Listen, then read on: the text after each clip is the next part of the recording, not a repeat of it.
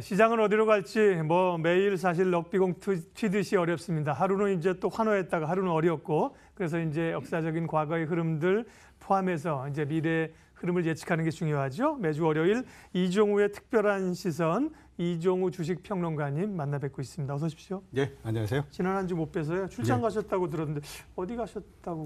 유럽에 갔다 왔습니다. 유럽 얘기도 안 그래도 브렉시트도 그렇고 궁금한데 어디 갔다 오셨어요? 출장 일 때문에 가신 겁니까? 개인적인 일이 있어서 그랬는데 영국 부근에 있었습니다. 그러면 오늘 브렉시트 얘기 딱 여쭤보려고 했는데 딱이네요. 왜냐하면 브렉시트가 이제 어쨌든 좀 어떤 방식이든 결과를 지어야 될 시점이 다가오는 거 아닙니까? 그래서 그렇죠. 대략 지금 합의문 초안을 만들어냈는데 특별히 영국 내에서 상당히 반발이 심한 것 같고요. 메이 총리의 직이 좀 위험할 정도까지 와 있는 것 같은데, 브렉시트 관련한 영국의 혼란, 유로존의 영향들 어떻게 보세요? 그 수요일 날 저녁 때 정도에 아무튼 이제 그 타결이 나가지고 내각으로 넘어가서 그랬었는데요. 내각으로 제일 처음에 넘어갔을 때까지만 하더라도 분위기는 나쁘지 않았었습니다. 그런데 그 다음 날, 그러니까 목요일 날에 이제 장관이 2명 사퇴를 하면서부터 사태가 갑자기 급전직하로 이제 떨어지는 형태를 보여서 그때에서부터 파운드가 굉장히 절하가 많이 됐고요.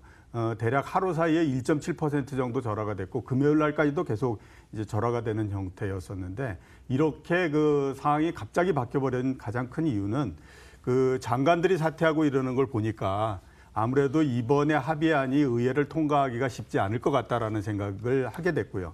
의회를 통과하지 못하게 되면 결국 아무런 합의도 나지 못한 상태에서 브렉시트가 이루어지는 노딜 브렉시트가 이제 가시화된 게 아니냐라고 하는 우려 때문에 이제 전체적으로 아무튼 파운드화가 굉장히 나빠지면서 그 상황이 안 좋아지는 그런 형태가 됐다라고 볼 수가 있습니다. 여기에서 한번 우리가 생각을 해봐야 될 부분들이 과연 이제 이런 그 상황의 그 변화라고 하는 것이 금융시장이나 이런 부분들에 어떻게 영향을 줄 것인가 하는 것들에 대해서 한번 생각을 해볼 필요가 있는데요.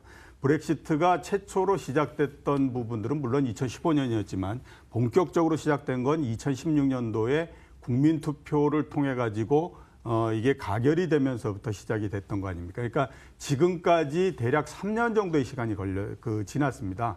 오랜 시간이 걸린 만큼 그동안에 이제 희석 과정이 계속되는 형태였고요. 그에 따라서 어떤 형태로 합의가 난다고 하더라도, 어떤 형태로 결론이 난다고 하더라도 시장에서 희석 과정을 계속해서 거치는 형태였기 때문에 시장에 주는 충격 자체는 그렇게 크지는 않은 그런 형태가 되지 않을까라는 생각이 듭니다. 그러니까 이번 같은 경우에 최악의 경우 노딜 브렉시트로서 끝장이 난다고 한다고 하더라도 그 부분들이 영국의 파운드화 정도에 어느 정도 영향을 미칠 가능성은 있지만 다른 나라의 주식시장이나 또는 영국의 주식시장을 심각하게 끌어내린다던가 이런 영향은 없을 거다라는 생각이 들고요.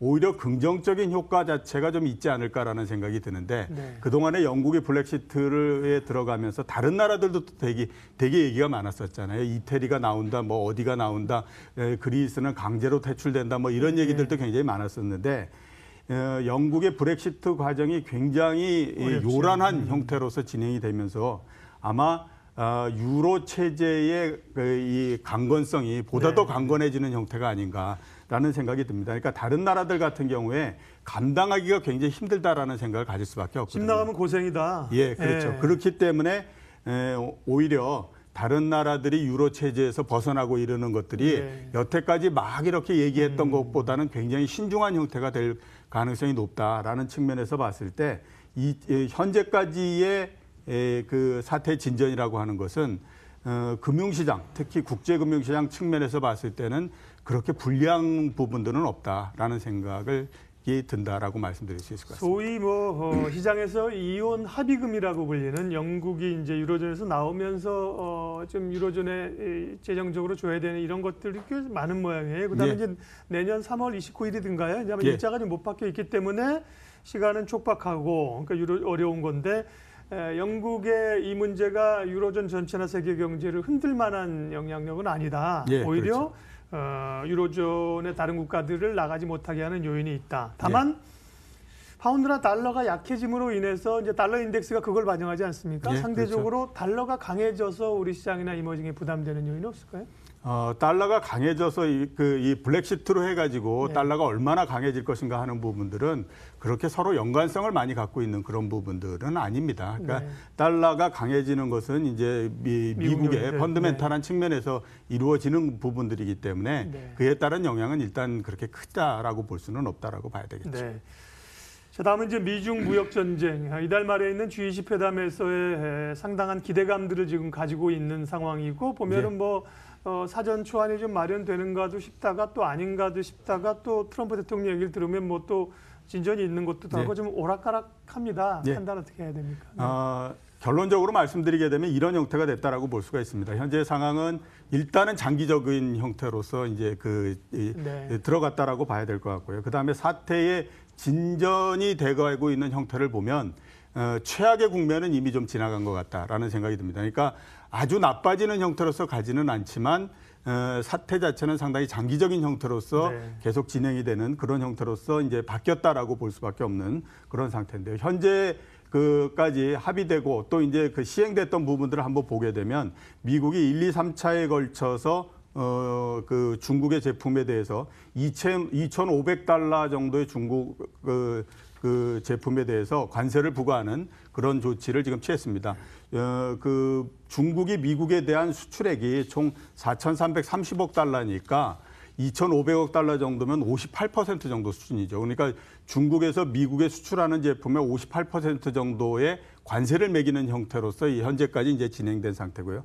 관세는 원래 25% 정도 매기겠다라고 했었는데 결론적으로 봤을 때 지금 10% 정도가 됐으니까 관세율 자체는 굉장히 인하돼 있는 그런 형태가 됐다라고 볼 수가 있습니다. 그러니까 현재까지의 진행 상태는 그 당초에 막 얘기가 되면서 서로 치고받고 난리를 칠 때보다는 이게 좀 완화된 형태가 됐다라고 볼 수밖에 없는 상태이기 때문에 전체적으로 봤을 때 사태는 좀 정점을 지난 그런 부분이다라는 생각을 가질 수밖에 없고요. 하나 우리가 이런 그 미중 간의 무역 그 분쟁이 계속되면서 가장 특징적으로 나타났던 변수들을 한번 보게 되면 미국의 금리 부분입니다. 네. 제일 처음에 이 얘기가 나올 때는 미국의 금리가 계속해서 하락을 하는 형태였었거든요. 그건 아마 이 그 무역 분쟁으로 해서 미국도 그렇고 그 중국도 그렇고 전체적으로 그 성장률이 떨어질 거다라고 하는 우려 때문에 이제 금리가 떨어졌었는데요. 최근에 보게 되면 금리가 다시 올라가는 형태를 보이고 있어요. 이거는 아마 이 무역 분쟁을 통해서 물가가 상승할 가능성이 높다라고 하는 부분들에 주목을 했기 때문이다라는 생각이 들거든요. 그러니까 미국 입장에서 봤을 때는 조금씩 계속해서 불리한 형태로서 가고 있다라고 볼 수밖에 없죠. 그런 면에서 보게 되면 현재 타협이 가능한 시점에서는 타협 안으로서 어느 정도 나갈 가능성이 높다라고 볼 수밖에 없기 때문에 이런 측면에서 우리가 생각을 하게 되면 전체적인 상황 자체는 제가 모두에서 말씀드렸던 것처럼 장기화돼 가고 있는 국면이지만 정점은 좀 지난 것 같다라는 생각이 들고요. 시장에 미치는 영향도 갑자기 사태가 굉장히 악화되거나 그러지 않는 한은 주가를 끌어내리거나 이런 형태로서 진전되거나 이러지는 않을 걸로 그렇게 생각이 되고 있습니다. 그러니까 다행스럽게 어느 정도 수습돼 가고 있는 국면으로서 바뀌고 있다라고 이렇게 말씀드릴 수 있을 것 같습니다. 네, 장기전이다. 다만 이제 피크 국면은 좀 지나고 있다는 말씀이시고요. 그런데 예. 이제 트럼프 대통령이 뭐 이 얘기를 중국하고 계속 줄다리기를 하다가 또 지금 유럽도 건드리고 일본도 건드리고 결국 이제 이걸 가지고 표를 얻었기 때문에 중간선거 지나고 다음 대선까지 이슈를 계속 만들려고 하지 않겠습니까? 예, 당연히 그렇겠죠. 네, 그렇게 끌고 갈 가능성이 있기 때문에 장기전이라는 말씀을 하신 것 같고요. 예.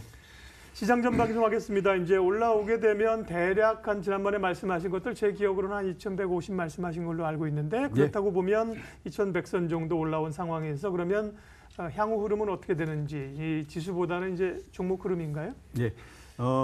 그 말씀하셨던 것처럼 대체적으로 한 2150 정도 되면 이번에 상승이 박스권을 한 번 정도 확인하는 그런 과정이 되지 않을까라는 생각이 들고요.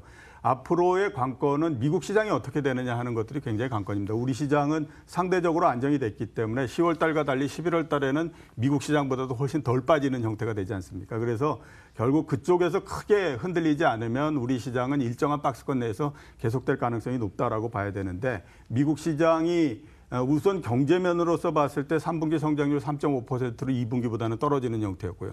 기업 실적도 지금 반응하는 정도가 별로 그렇게 좋지 않은 상태입니다. 그런 면에서 보면 미국 시장이 그렇게 좋지는 않은 상태이기 때문에 2150을 뚫고 올라가거나 이럴 가능성은 그렇게 높지 않다라는 생각이 들고요. 결국 지수가 일정 폭 내에서 갇히는 형태가 될 경우에는 종목별로서 대응하는 것이 가장 적당한 형태가 아닌가라는 생각을 가지고 있습니다. 네, 그러면 이제 자연스럽게 다음 질문으로 넘어가게 예. 되는데요. 종목별로 대응한다고 하면 시장 상황이나 또 이제 시즌al 연말 시즌 다가오면서 어느 쪽이 괜찮습니까? 우선 뭐 가장 그 말씀드릴 수 있는 부분들은 보수적인 투자 관점을 좀 유지하는 것이 좋겠다라는 네. 생각이 듭니다. 보수적인 투자 관점을 유지한다라고 하는 것은 1차적으로 우리가 가장 중요하게 생각해야 될 부분은 주가, 그다음에 등락률이 얼만큼 됐느냐 하는 부분들이거든요. 그게 1차고 두 번째는 3분기를 포함해서 이익이 발생했는데 그 이익이 얼만큼 안정적으로서 유지될 것인가 하는 부분들을 가지고 생각을 해야 됩니다. 여기에서 우리가 한번 생각해 봐야 될 부분들은 시장이 보수적인 형태로서 흐른다라고 하게 되면 종목에서 가장 불리한 종목들은 성장과 관련된 주식들이지 않습니까? 네, 그렇죠. 특히 이제 바이오를 어떻게 해야 될 것인가 하는 부분들인데 지난주에 보게 되면 바이오의 대장주 둘이 상당히 문제를 일으키는 형태가 됐죠. 하나는 이제 삼성바이오로직스는 이미 거래가 정지된 형태였고 그다음에 이제 네. 셀트리온 같은 경우에는 굉장히 실적 이익이 많이 때문에. 줄어들어 버리는 형태가 됐지 않습니까? 그래서 이런 것들을 감안하게 되면 우리가 성장주의 가장 대표적이다라고 얘기할 수 있는 바이오가 새로운 국면에 들어갔다라고 봐야만 되기 때문에 당분간은 보수적인 관점에서 투자를 좀 유지를 하실 필요가 있고요. 앞에서 말씀드렸던 조선주, 그다음에 또 뭐 은행주 이런 것들이 좀 적당한 투자 대상이 아닌가라는 생각을 가지고 있습니다. 예, 마지막으로 이번 주 주목해야 될 핵심 변수 몇 가지만 말씀해 주시죠. 예, 이번 주를 포함해서 월말까지 봤을 때 역시 이제 한국은행이 금리를 인상할 것인가 하는 부분들입니다. 확률은 상당히 높다라고 봐야 될 것 같고요. 인상하면 어떤 영향이 있을 것인가. 실물 쪽에 미치는 영향은 그렇게 크지는 않을 것 같고요. 금융시장 쪽에 특히 영향을 좀 많이 미치지 않을까라는 생각이 드는데 주식시장보다는 부동산 쪽에 상당히 영향을 미칠 것 같다라는 생각이 듭니다. 그다음에 이제 그 G20 회의 이런 것들이 있기 때문에 미중 간의 무역 분쟁이 어떤 형태로서 결말이 날 것인가 하는 부분들인데 앞에서 말씀드렸던 것처럼 사태가 악화될 가능성은 별로 없습니다. 갑자기 극적인 어떤 합의를 내면서 시장이 상당히 좋아질 수 있는 이런 부분들은 있으니까 이런 부분들은 좀 긍정적인 형태에서 시장을 바라보시는 것이 좋지 않을까라는 생각을 가지고 있습니다. 예, 이종우의 특별한 시선, 이종우 평론가님 함께했습니다. 인사드리면서 출발 마켓온 월요일 순서는 마치겠습니다. 오늘도 좋은 투자, 좋은 선택하십시오. 고맙습니다.